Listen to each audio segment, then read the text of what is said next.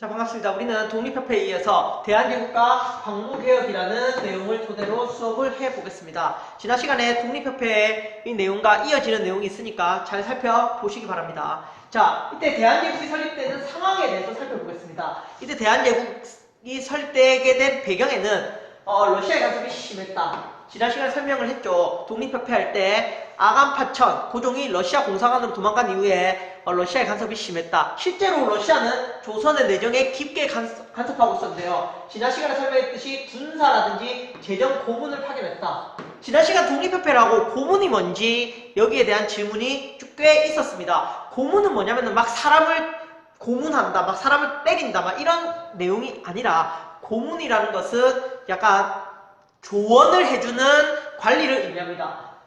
조언을 해주는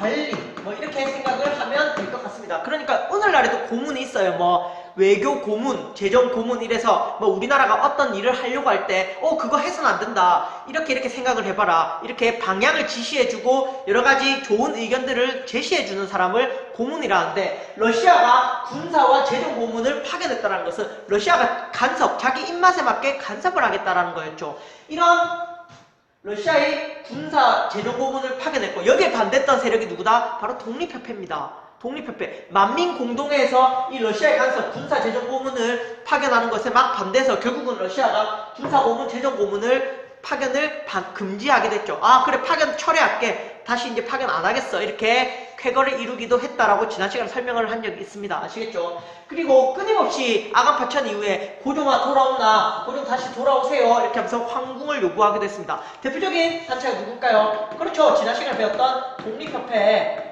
독립협회도 끊임없이 고종의 황궁을 요구했습니다. 고종에게 돌아오라고 요구하고 러시아 간섭을 배제해야 된다라고 요구했던 단체가 독립협회입니다.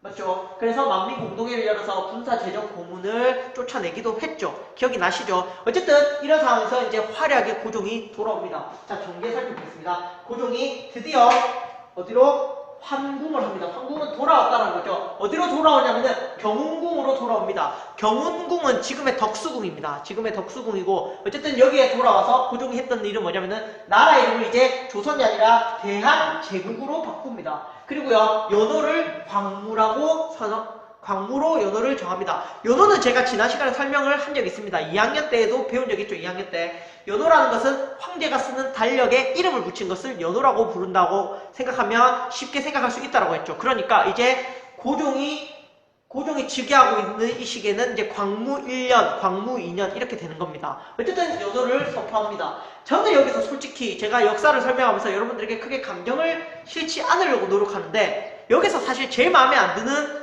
내용이 있습니다. 바로 뭐냐면은 대한제국. 여기서 말하는 이 대한제국 할 때 이 제자가 가장 마음에 안 듭니다. 왜 제국이 마음에 안 드는지 살펴보겠습니다. 여기서 말하는 제는 뭐냐면 바로 황제를 의미합니다.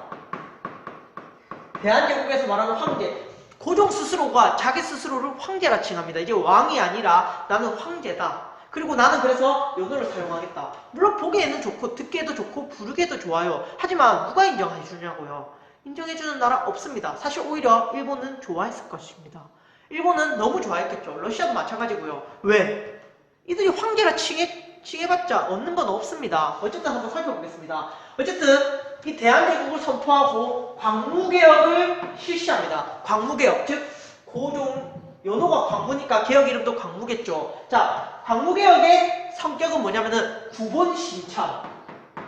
잘 기억해두세요. 구본 신참. 구본 신참은 뭐냐면은 옛것을 근본으로 새로운 것을 참고한다. 이런 뜻입니다. 옛것을 근본으로 하고 새로운 것을 참고한다.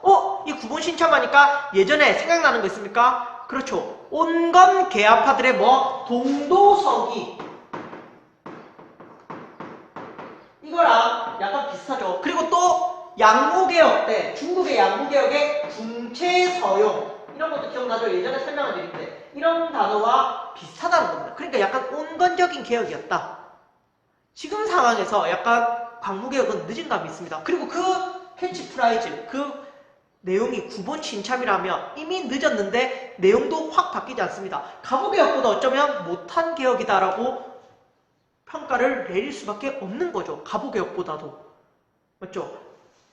5년 전에 있었던 가보개혁보다 못한 개혁이라는 거죠. 자, 그럼 한번 보겠습니다. 어떤 점이 문제인지, 선생님이 어떤 점에서 화가 나는지. 자, 대한국 국제라고 해서 법을 만듭니다. 여기는 이렇게 돼 있어요. 대한제국은 자주 독립국가다.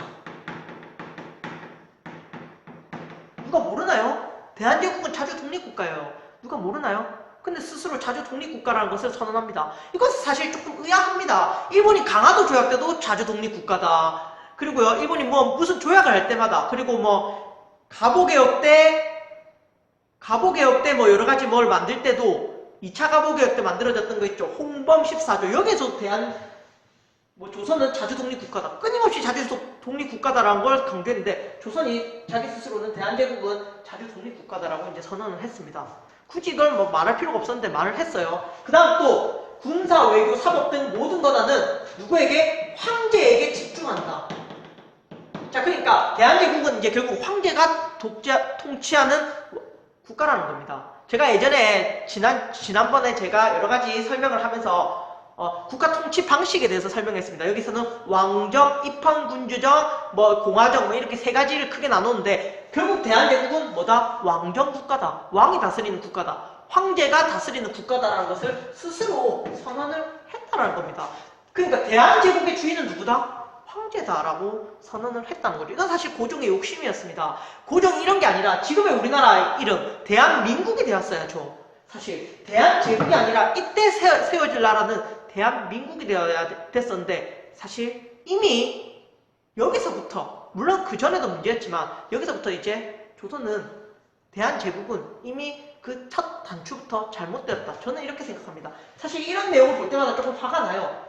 자, 이거 외에도 어쨌든 개혁을 해야 되니까 군사력도 강화하겠다. 근대회사도 설립하고 학교도 설립하겠다. 이런 것들이 조금 성공을 거둡니다. 근대회사라 해서 은행도 만들고요. 그 다음에 여러 가지 섬유회사 이런 것도 만들고 학교도 만들어서 소학교, 지금의 초등학교입니다. 사범학교, 선생님을 기르는 학교 이런 다양한 학교들이 만들어진다. 이런 개혁의 성공은 사실 부인할 수 없습니다. 잘했다라는 건 잘하는 겁니다. 하지만 이런 거 아무리 성공해봤자요. 결국 여기서 이미 그 첫 단추가 잘못 끼워졌다. 그래서 개혁의 한계가 뚜렷하다. 이렇게 살펴봐야 합니다. 제국, 국제, 그리고 구본 신참 이런 것들이 사실 조금 많이 한계를 가질 수밖에 없었죠. 그럼에도 불구하고 대한제국의 강무개혁에서 가장 볼만한 사업은 양전지계사업입니다. 양전지계사업. 양전지계사업은 무엇이냐면 일단 양전사업과 지계사업이 합쳐진 겁니다. 양전사업은 뭐냐면은 늘 조선시대 때도 배웠어요. 양전이라는 것은 전국의 토지를 조사하는 겁니다. 그러니까 토지의 실상은 뭔지, 소유권은 누구인지, 가격은 어느 정도인지, 그리고 얼마만큼의 생산이 되는지, 땅의 가치는 어느 정도인지 이런 것들을 조사한 게 양전사업이고요. 지계는 뭐냐면 토지 소유권 증빙문서를 발급해줬다는 겁니다. 그러니까 오늘날 땅문서라고 생각하면 됩니다. 오늘날 등기부 등본, 오늘날 등기부 등본 혹은 소유권 증빙문서, 땅문서 이렇게 생각하면 됩니다. 그러니까 전국의 토지를 조사해서 땅의 주인이 누군지 딱 알아낸 다음에 그 주인에게 지계를 발급했다는 겁니다. 이 양전지계 사업은 어떤 의의를 가지냐면은 근대적 토지 소유권을 확립했다.